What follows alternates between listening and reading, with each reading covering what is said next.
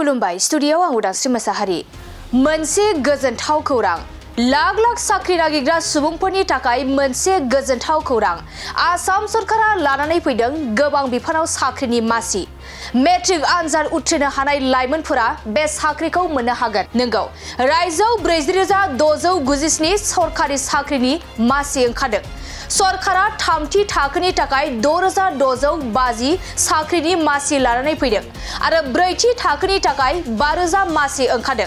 Assam public service कमिशना 1,208 मासि बेखेवदों गुदि सोलोंथाइ डाइरेक्टरेटआव 10,050 मासि गेजेरारि सोलोंथाइ बिथोनगिरियाव 9,717 मासि आरो आसाम इन्जिनियार सार्भिसआव 334 मासि बेखेवदों बिनि अनगायैबो सावस्रि बिगियान आरो सावस्रि अनलाइन सेक्टराव 490 मासि आरो आसाम पुलिसआ 6,239 मासि बेखेवदों बेफोर साख्रिनि थाखाय थिसनथाया थाबैनो जागायगोन होनना मिथिनो मोननाय जादों खुलुमबाय स्टुडियोआव आं उदांस्रि मोसाहारि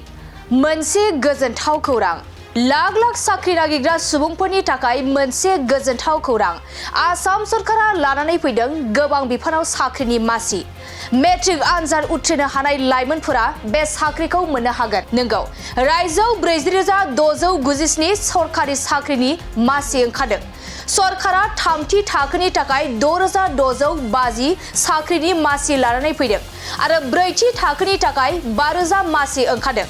आसाम पाब्लिक सार्भिस कमिशना 1,208 मासि बेखेवदों गुदि सोलोंथाइ डाइरेक्टरेटआव 10,050 मासि गेजेरारि सोलोंथाइ बिथोनगिरियाव 9,717 मासि आरो आसाम इन्जिनियार सार्भिसआव 334 मासि बेखेवदों बिनि अनगायैबो सावस्रि बिगियान आरो सावस्रि अनलाइन सेक्टराव 490 मासि आरो आसाम पुलिसआ 6,239 मासि बेखेवदों बेफोर साख्रिनि थाखाय थिसनथाया थाबैनो जागायगोन होनना मिथिनो मोननाय जादों